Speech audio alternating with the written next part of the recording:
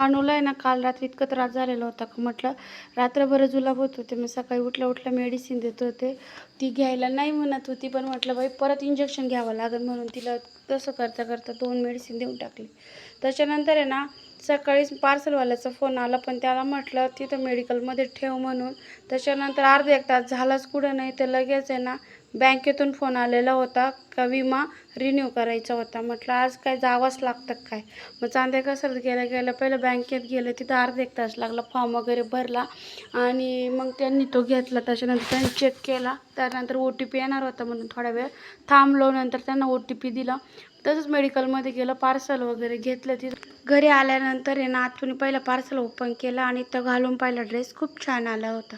त्याच्यानंतर अनुचं मेकअपचं चाललेलं होतं आणि तिचा मेकअपही केला. नंतर आहे ना संध्याकाळी आमच्या इकडं बिबट्या आलेला होता आणि आपणच्या बांधावर होता.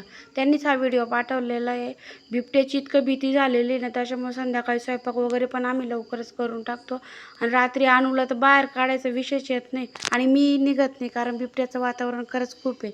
Thank you for watching. आवडल्यास लाईक करा. बाय.